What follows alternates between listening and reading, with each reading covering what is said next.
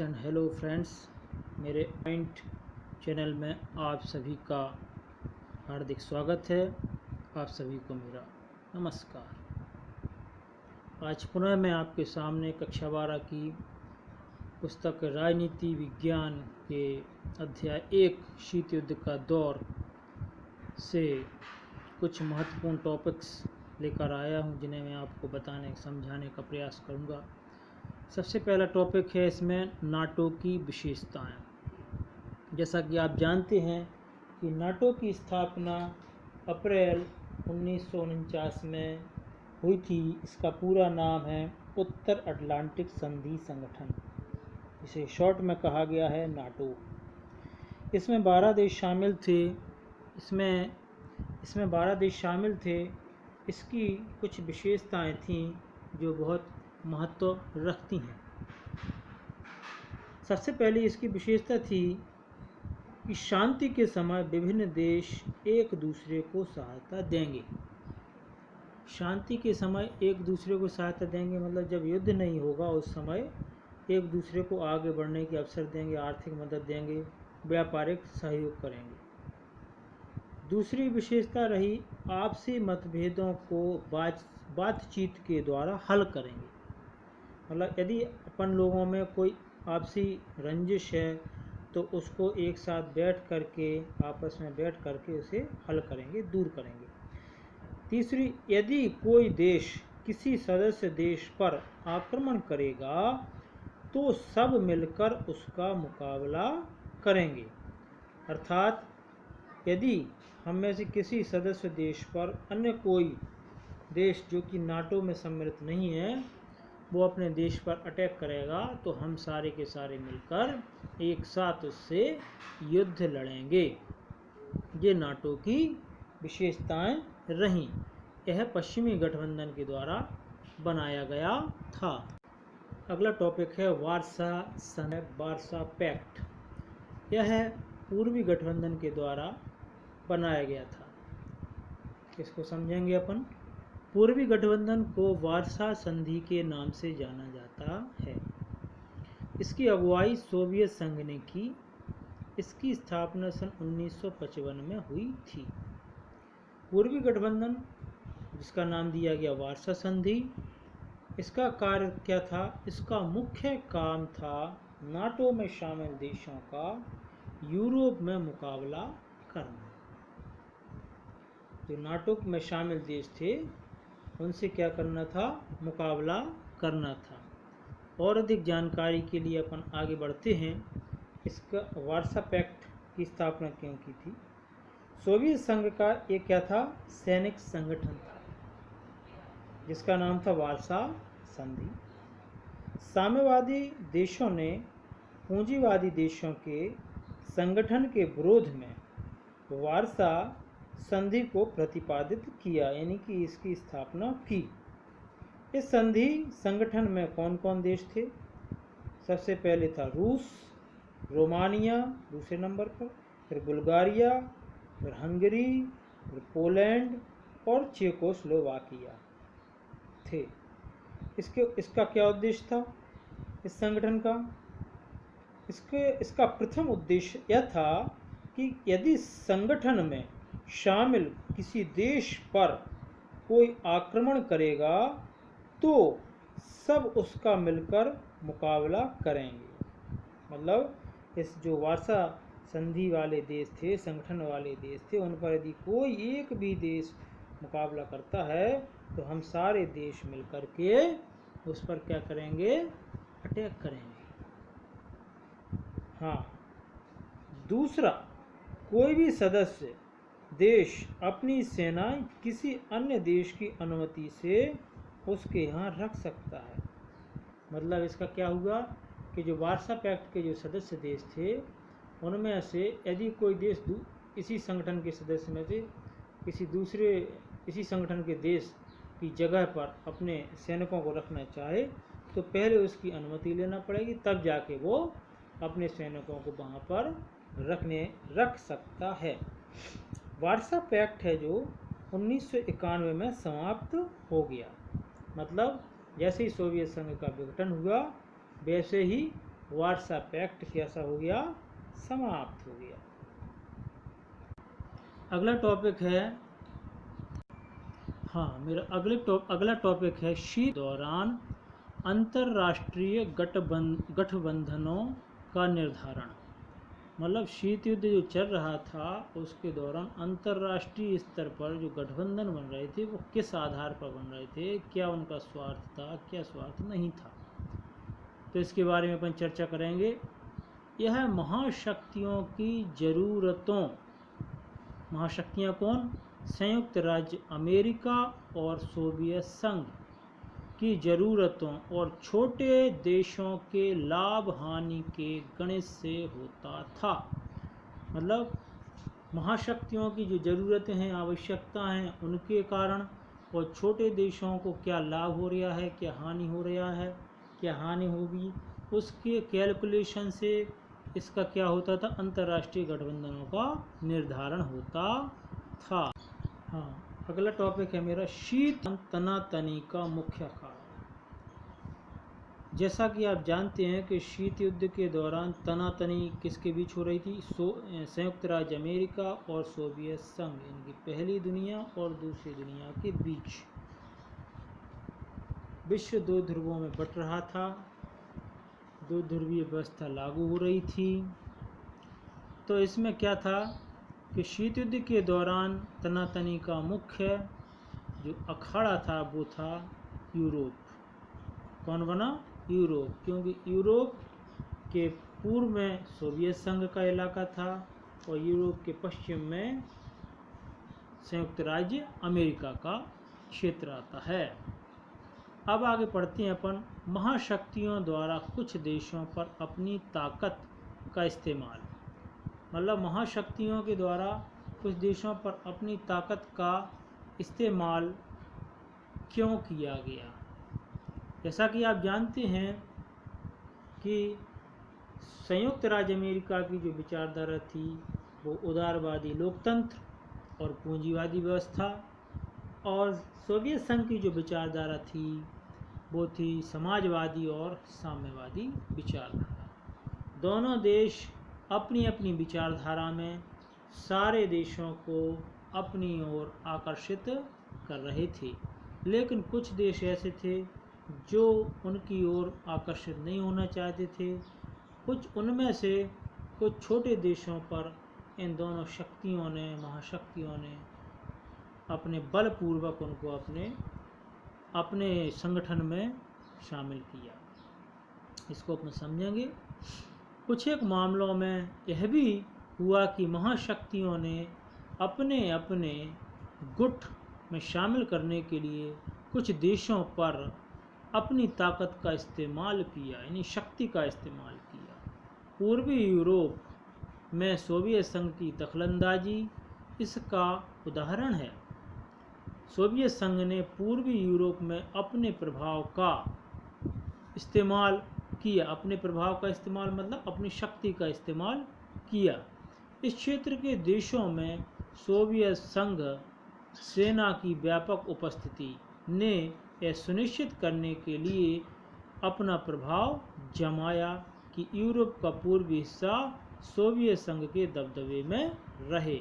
मतलब पूर्वी यूरोप में सोवियत संघ की सेनाएं ज़्यादा समय तक रहीं और उसका जो उद्देश्य था कि जो पूर्वी यूरोप का इलाका हमारे क्षेत्र में ही बना रहे। अगला टॉपिक है संधि और सेंटो। जैसा कि आपको पहले पता है कि सीटो और सेंटो की स्थापना भी अमेरिका ने की थी। पूर्वी और दक्षिण पूर्वी एशिया तथा पश्चिम एशिया में अमेरिका ने गठबंधन का तरीका अपनाया। इन गठबंधनों को दक्षिण पूर्व एशिया संधि संगठन यानी कि सीटो, जिसका फुल फॉर्म है South East Asia treaty organization, और केंद्रीय संधि संगठन यानी सेंटो अर्थात सेंट्रल ट्रीटी ऑर्गेनाइजेशन। जब अमेरिका ने ये दो संगठन और बनाए तो इसके जवाब में सोवियत संघ के चुपचाप बैठता, उसने क्या किया? इसके जवाब में सोवियत संघ ने तथा साम्यवादी चीन ने इस क्षेत्र के देशों मसलन उत्तरी वियतनाम, उत्तरी कोरिया जिसे नॉर्थ कोरिया कहते हैं, और इराक के साथ संबंध कैसे किए? मजबूत किए, सुदृढ़ किए, ताकि वक्त आने पर हम इनका साथ ले सकें। अगला टॉपिक है महत्वपूर्ण गुट निरपेक्ष आंदोलन का विकास। जैसे कि आप कोई शब्द से स्पष्ट हो रहा होगा, गुट निरपेक्ष यानी कि किसी भी गुट में शामिल ना हो, उसे कहते हैं अपन गुट निरपेक्ष। तो ये गुट निरपेक्ष आंदोलन का विकास, डेवलपमेंट कैसे होता है, आइए इसको हम समझते हैं। शीत युद्ध के कारण विश्व के सामने दो गुटों के बीच बट जाने का खतरा पैदा हो गया। ऐसे औपनिवेशिक शासन मसलन ब्रिटेन और फ्रांस के चंगुल से मुक्त हुए नव स्वतंत्र देशों को चिंता हुई कि कहीं वे अपनी इस आज़ादी को पाने के साथ खो न बैठें। औपनिवेशिक शासन से मतलब जो होता है कि ऐसे शासन जो हमारे देश में घुसकर व्यापार किया और फिर हमारे राजा महाराजाओं को हराया और उसके बाद पूरे राज्य पर यानी पूरे देश पर शासन किया। उनसे जो देश अभी आज़ाद हुए थे वो इन गुटों में शामिल होकर यह सोच रहे थे कि ऐसा ना हो कि हमारी आज़ादी फिर से खो ना जाए। तो उन्हें यह चिंता हो रही थी, चिंता सता रही थी। वे अपनी इस आज़ादी को पाने के साथ खो ना बैठें, इस प्रकार की चिंता हो रही थी। इससे क्या हुआ? गठबंधन में भेद पैदा हुए और बड़ी जल्दी उनमें क्या हुई? दरार पड़ी। कौन से गठबंधनों में? नाटो, सीटो, सेंटो और वार्सा पैक्ट। साम्यवादी चीन की 1950 के दशक के उत्तरार्ध में सोवियत संघ से अनबन हो गई। साम्यवादी चीन की क्या हुई? 1950 के दशक के उत्तरार्ध में सोवियत संघ से क्या हुई? अनबन हो गई। सन 1969 में इन दोनों के बीच एक भूभाग पर आधिपत्य को लेकर छोटा सा युद्ध भी हुआ। इस दौर की एक महत्वपूर्ण घटना गुट निरपेक्ष आंदोलन का विकास है। मतलब ये देश ये समझ रहे थे कि यदि हम इन देशों के साथ मिलेंगे तो हो सकता है कि हमें जो स्वतंत्रता प्राप्त हुई है वो हमसे छिन न जाए। और उस दौर की एक महत्वपूर्ण घटना का प्रारंभ होता है, उसका नाम है गुट निरपेक्ष आंदोलन। इसको हम आगे और अच्छे तरीके से समझेंगे। यहाँ एक प्रश्न उठता है कि गुट निरपेक्ष आंदोलन ने नव स्वतंत्र राष्ट्रों को क्या मौका दिया?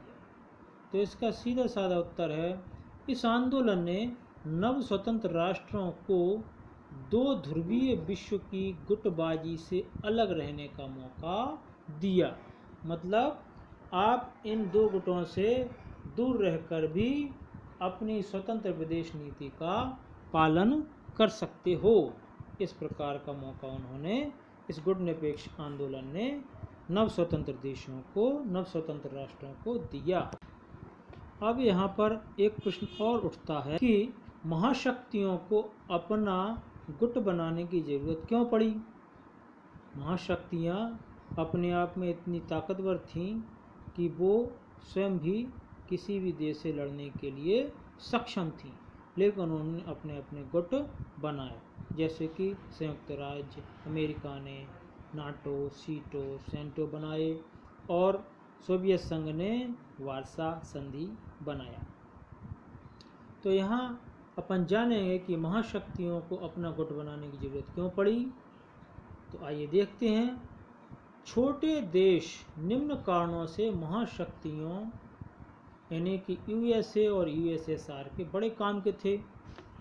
कौन कौन से काम के थे? सबसे पहले काम क्या थे? नंबर 1, महत्वपूर्ण संसाधनों जैसे कि तेल और खनिज।